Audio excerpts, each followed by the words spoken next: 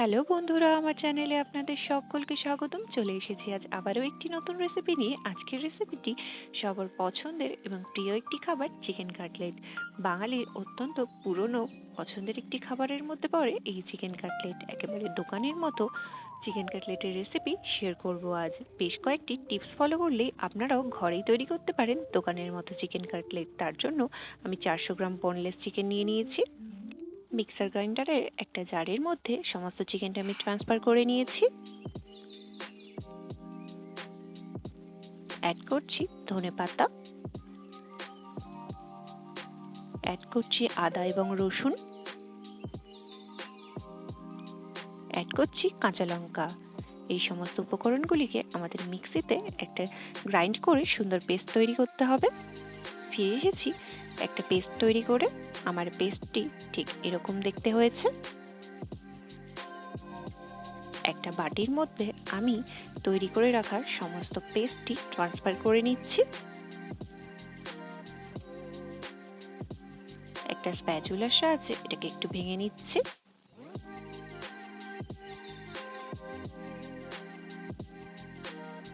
এবার একে একে সমস্ত মশলা অ্যাড করব। প্রথমেই অ্যাড করছি স্বাদ মতো নুন, অ্যাড করছি গোলমরিচের গুঁড়ো, ধনে গুঁড়ো, 1 চিমটে গরম মশলা, হাফ চামচ চাট মশলা, হাফ চামচ লঙ্কার গুঁড়ো, 1 চিমটে হলুদ গুঁড়ো, 2 থেকে 3 চামচ লেমন জুস, সব উপকরণগুলোকে ভালোভাবে মিক্সড করে নেব।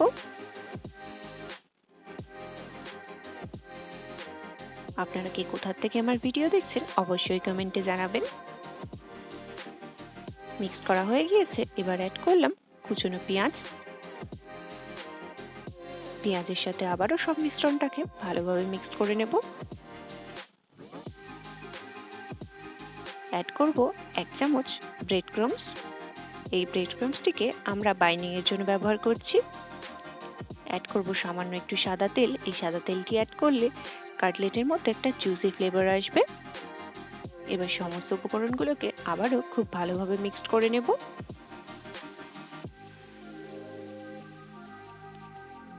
আমার সমস্ত উপকরণটা মিক্সড করা হয়ে গিয়েছে। এবার একটা বাটির মধ্যে 2টি ডিম ভেঙে নিচ্ছি।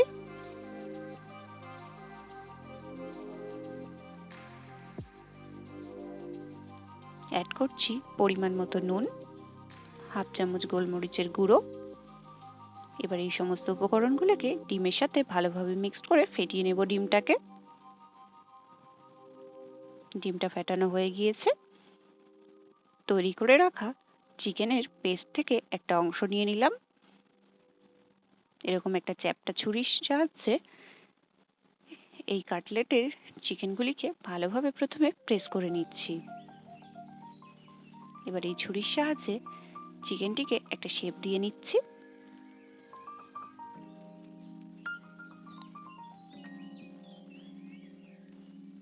আমি এখানে বরফি শেপ করছি। আপনারা চাইলে গোল, চ্যাপ্টা, লম্বা যে কোনো রকম শেপ দিয়ে নিতে পারেন।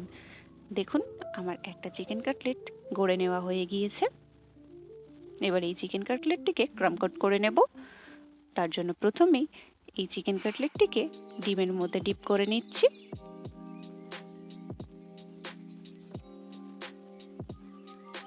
ডিম থেকে কাটলেটটিকে তুলে নিয়ে অ্যাড করে দিচ্ছি ব্রেড ক্রাম্বসের মধ্যে। ব্রেড ক্রাম্বস দিয়ে ভালোভাবে এই চিকেন কাটলেটটিকে আমাদের কোট করে নিতে হবে। আমি এখানে ডাবল কোটিং করব। দেখুন আমার চিকেনের কাটলেটটিকে একদম ক্রাম কোট করা হয়ে গিয়েছে। এটাকে আবারও একবার কোট করে নেব।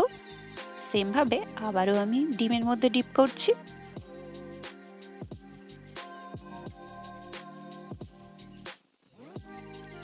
ডিম থেকে কাটলেটটিকে তুলে নিয়ে আবারও ব্রেড ক্রাম্বসের মধ্যে ভালোভাবে কোট করে নেব। আপনারা চাইলে কাটলেটটিকে এই পর্যায়ে ডিপ ফ্রিজে রেখে বেশ কিছুদিনের জন্য সংরক্ষণ করতে পারেন। খুব ভালোভাবে ক্রাম কোট করে নিচ্ছি। দেখুন আমার একটা কাটলেট একদম রেডি হয়ে গিয়েছে। কাটলেটটি ক্রাম কোট পরার পর যদি দেখেন শেপটি পুরোপুরি প্রপারভাবে নেই, সেক্ষেত্রে আপনারা আবারও ছুরি দিয়ে সেম প্রসেস ফলো করে এই কাটলেটটিকে আবারও ভালো করে শেপ দিয়ে নিতে পারেন। ঠিক এইভাবেই আপনাদের কাটলেটটিকে আবারও শেপ দিয়ে নেওয়ার প্রয়োজন হলে আপনারা দিতে পারেন। এভাবে একে একে সবকটা কাটলেট আমি তৈরি করে নিয়েছি। গ্যাসের মধ্যে একটা কড়া বসিয়ে দিচ্ছি এবং অ্যাড করছি পর্যাপ্ত পরিমাণ সাদা তেল। তেলটি গরম হয়ে এলে তেলের মধ্যে ছুরির সাহায্যে আমি কাটলেটটিকে ছেড়ে দিলাম।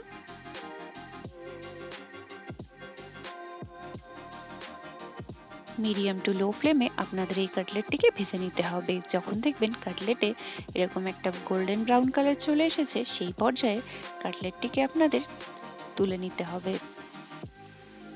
দেখুন কত সুন্দর কাটলেট তৈরি হয়েছে। আমার কাটলেটটি একদম রেডি। শেষ পর্যন্ত আমার সাথে থাকার জন্য আপনাদের সকলকে জানাই অসংখ্য ধন্যবাদ। ভিডিওটি ভালো লাগলে অবশ্যই লাইক, কমেন্ট, শেয়ার এবং সাবস্ক্রাইব করবেন।